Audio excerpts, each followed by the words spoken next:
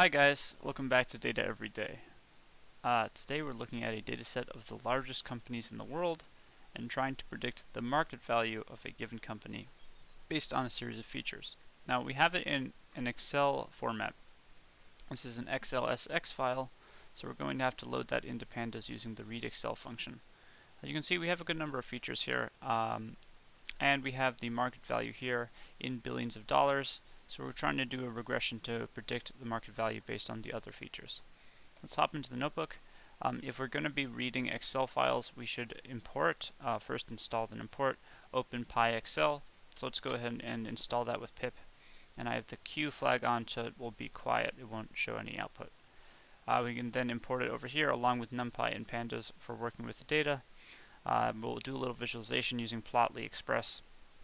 And then for pre-processing, we'll use the train test split function and standard scaler from sklearn.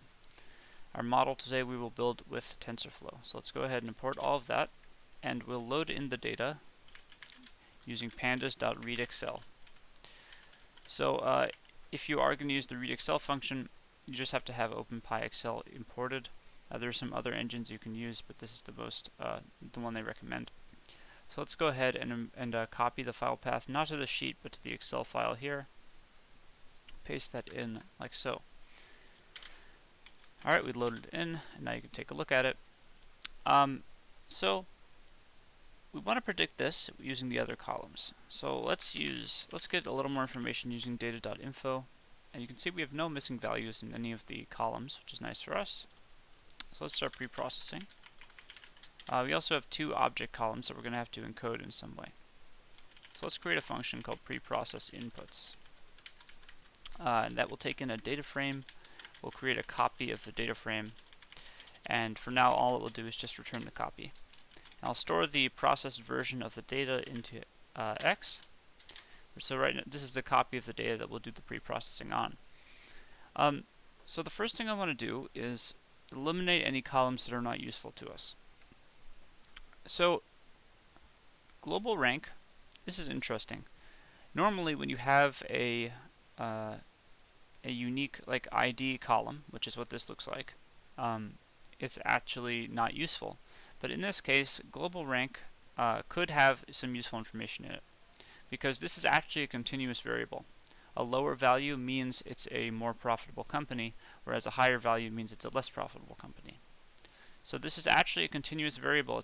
These are not unique identifiers. When you have a rank, this can be considered a continuous numeric variable.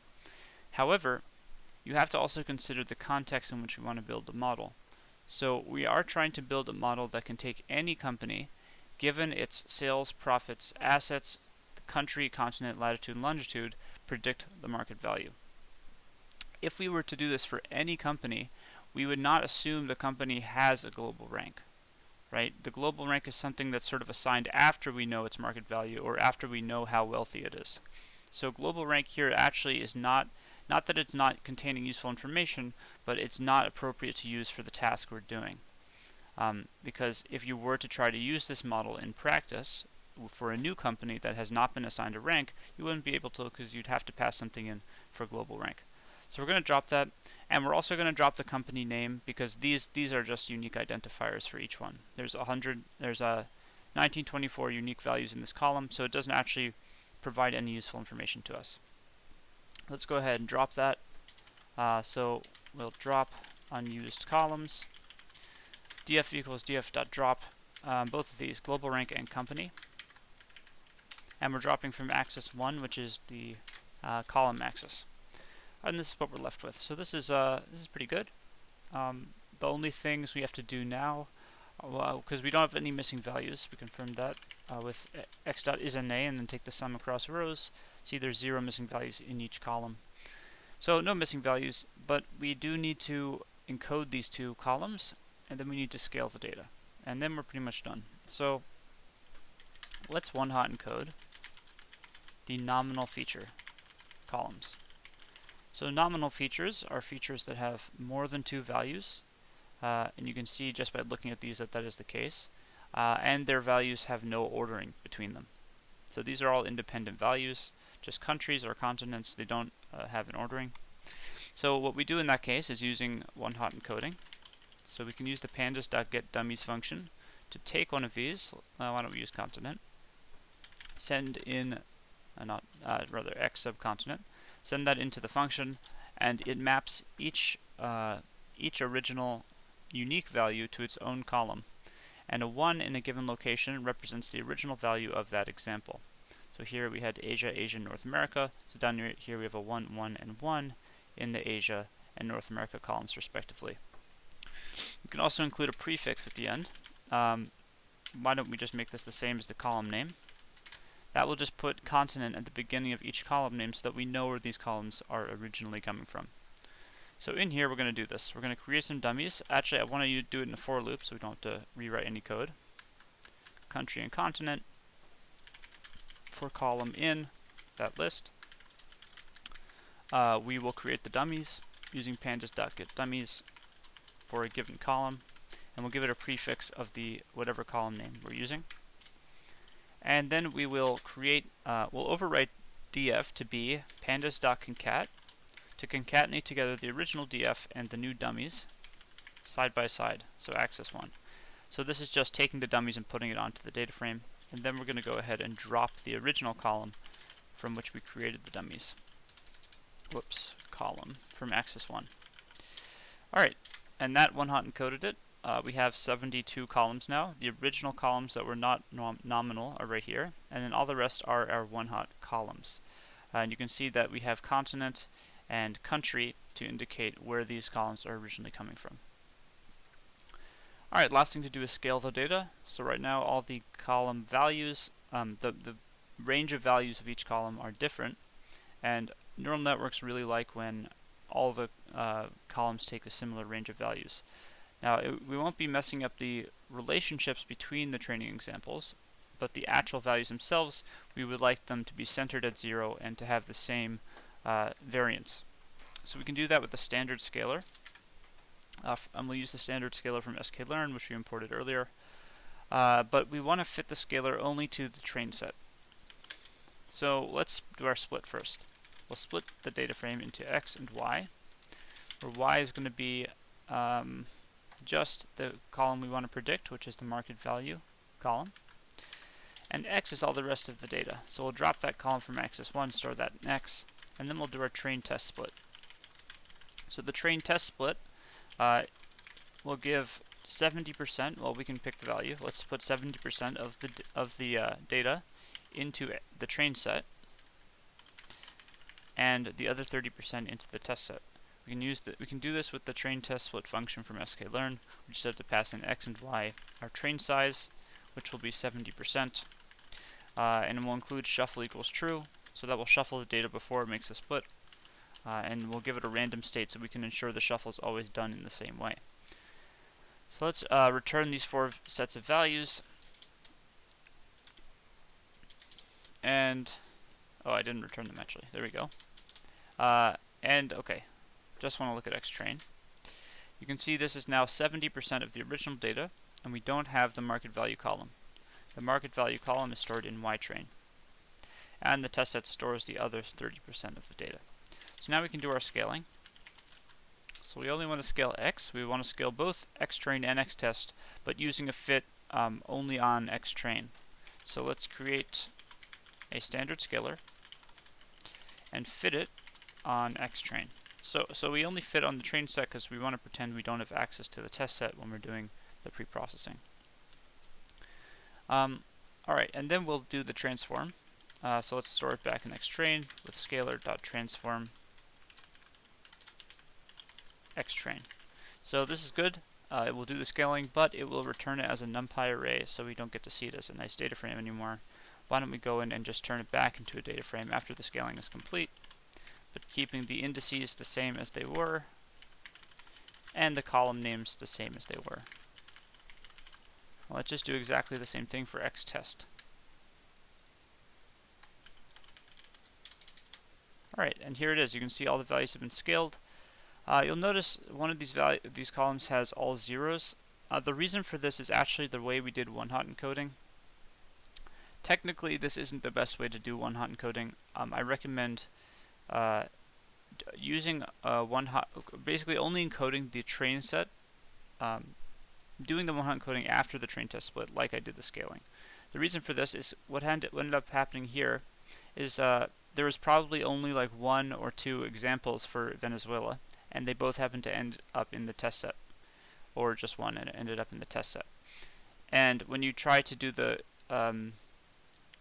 scaling, then there's only one value in here, which was only 0, so there's no scaling being done. It just stays the same. So one way around this would be to one-hot encode the train set and then one-hot encode the test set, but accounting for the differences in the columns afterwards. You do write some interesting code to try to fix that problem. You can also use a one-hot encoder object from sklearn, which will do that for you.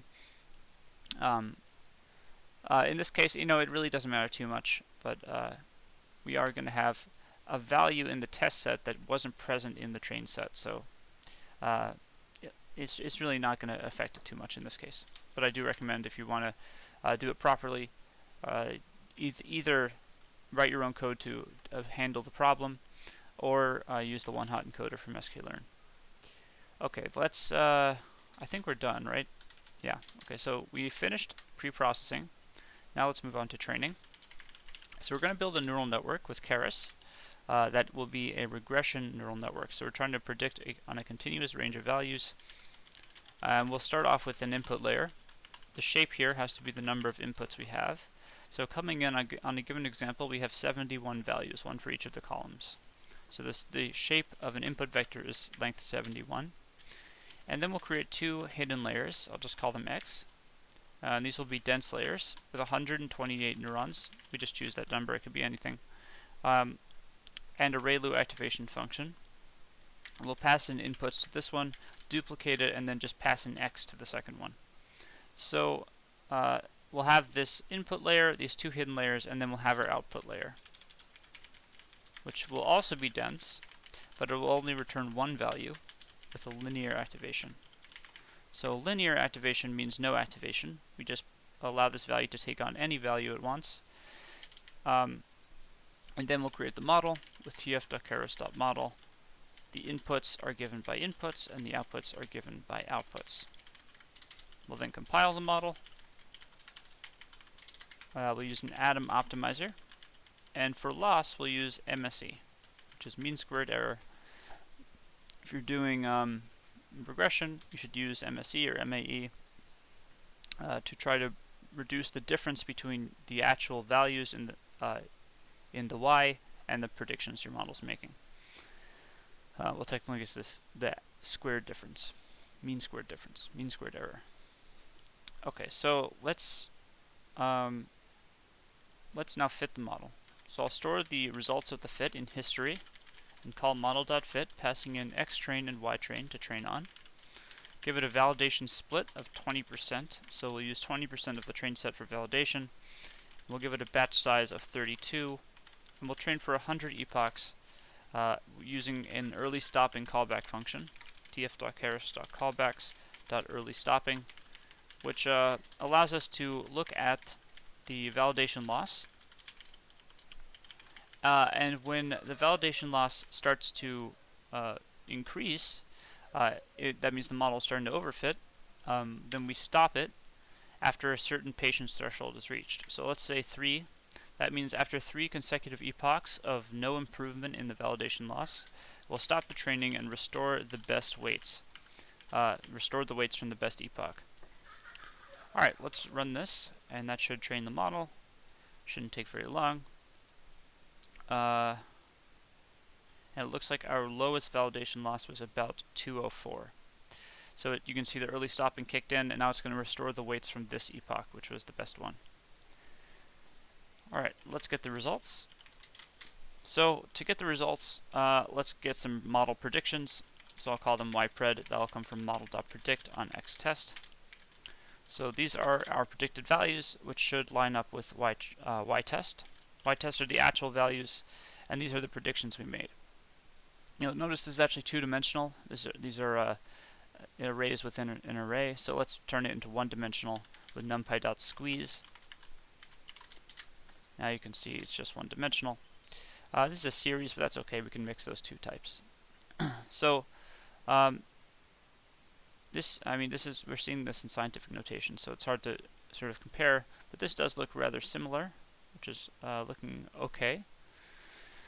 Okay, so what are we going to do with this? We want to analyze how the model's doing across the whole test set. So we can take the actual values and subtract the predictions we made to get the error for each training example. So this is how far off we were in billions of dollars for each training example. So we're off by 5.5 billion here, off by 0.2 billion, and that the sign doesn't matter, it just means which direction we were off in.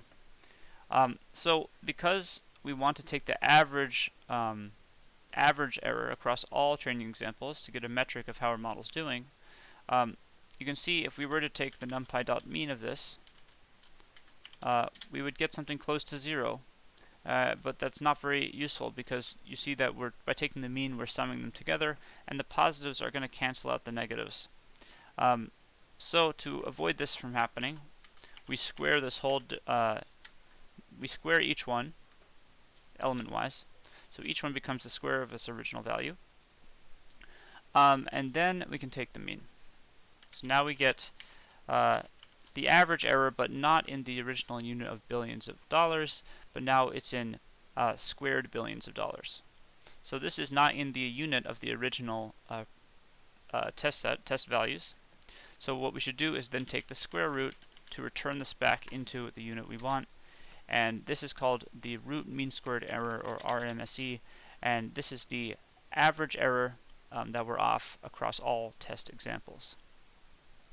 So this is a good metric to use to understand how your model is doing in terms of the actual context of the task that you're trying to perform. So this is saying we're off by $17 billion for each prediction on average. So if we look at the original test set, and let's look at .describe of this test set, of the labels, the target values, sorry. You can see the minimum is 0, the maximum is 268. So we're dealing with a range from 0 to 268. Being off by 17, not great, still $17 billion, but it's not terrible either because this is quite a large range. However, I also noticed that the 75 percentile is at 19, so that's not great either. It means not many values are up here. So being off by 17 billion is probably not so great. So let's also consider the R-squared score, which is it doesn't tell you how your model is doing in an absolute sense like this. It's not interpretable in terms of the context of the task you're doing, but it's a sort of a comparative metric to compare your model to what kind of predictions you'd be making if you didn't use a model. And what I mean by didn't use a model is if you only had the test set if you only had the target values available to you. Let's say we only had y-test and no x-test, so we couldn't really build a model with inputs. We just had to make a guess for each of these. The best thing we could do in this case would just be to predict the mean every time. So we'd predict this value every single example, and we can actually calculate the errors like that with y-test minus y-test.mean, and these would be the errors using what's called the baseline model, which is the model you'd use when you don't have any x's available. So the R-squared score is a comparison between these errors and our errors. So let's look at our errors again, which is y-test minus y-pred. Here are our errors. Here are the baseline errors. So one way we could compare these is to take the squares of both of them, like we did earlier, so that they're both on the same scale. On the positive scale. And then instead of taking the mean, we'll just take the sum of each, numpy.sum across it, and then we compare these two values. So we can put them as a fraction, this on the numerator and this on the denominator. Put that here, and then this on the denominator. And this is a comparison. When our errors go to 0, the whole fraction goes to 0. When our errors go to infinity, meaning they're much worse than the baseline, this value goes to positive infinity, which is sort of useful for understanding how much better our model is than the baseline. However, it's not so interpretable because 0 means best, positive infinity means worse. So what we can do instead is do 1 minus this value. And that has the effect of saying when our errors are 0, this whole thing goes to 0. And 1 minus 0 is 1. So the best value you can get is 1. On the other hand, when we have, let's say, infinite error, really bad error, much worse than the denominator, this whole fraction goes to positive infinity, and 1 minus positive infinity goes to negative infinity. So if we run this, this goes up to 1. The closer to 1 it is, the better our model is in relation to the baseline model. So if we have an r squared, this is the r squared score. When we have an r squared of 0, that means we're doing exactly the same as our baseline. When we have an r squared of 1, it means we're doing 100% better, a 100% reduction in error compared to the baseline model. So 0.73, this is saying we have a 73% reduction in error between the baseline model and ours. So that's fairly good, but again, it's not an absolute metric. It doesn't tell you anything about how the model is doing in the context of your task, only how it's doing relative to another model. So these you can see both of these metrics. Let's just put them side by side and put them up here, and we'll print them out so they're nicely formatted. So let's print RMSE, display to do 2 decimal places, format with RMSE, and then print out r squared, display this one to 4 decimal places, and format with R2. Then what I'd like to do is one last way to sort of gauge how your predictions are is to plot the predicted values against the actual values and see how the graph looks. So we imported plotly express earlier, so let's go ahead and make a new plotly express figure with px.scatter, because we do want to do a scatter plot for each of the training examples. On the x-axis, we're going to be plotting the predicted values, so ypred, and on the y-axis we'll plot the actual values, so ytest, and then we'll rename the axis labels. Let's send the x-axis to predicted, and the y-axis to actual, and then the title can be actual versus predicted values. So this is like a sort of this is like analogous to the confusion matrix in the classification setting, but for regression, where you can see the predicted against the actual values on a continuous range. So let's give this, we want to make it a square, so width 700, height 700. Alright, and we'll show that plot with fig.show. Alright, let's see what we get. So here it is. So we saw we had $17 billion off on average, and the r-squared score is we're 73% better than the baseline.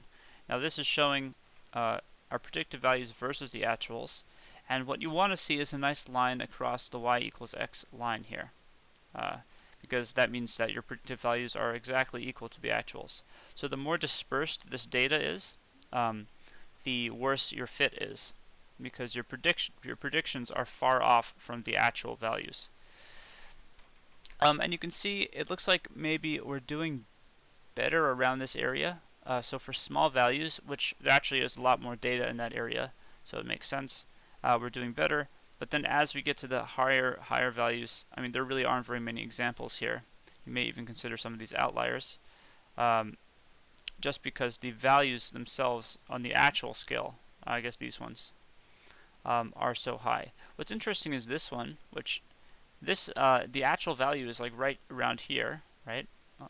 But we predicted it so high compared to the others. We don't really have something over here like that, on the other hand, which would be the actual value is really high, but we predicted it too low. But yeah, so this is just another way we can visualize the results. And that will sum up today's video. So thank you so much for watching. I hope you enjoyed it. If you did, make sure to subscribe and hit the bell for more content, and leave any comments you have in the section below. I'll see you guys tomorrow. Have a fantastic day.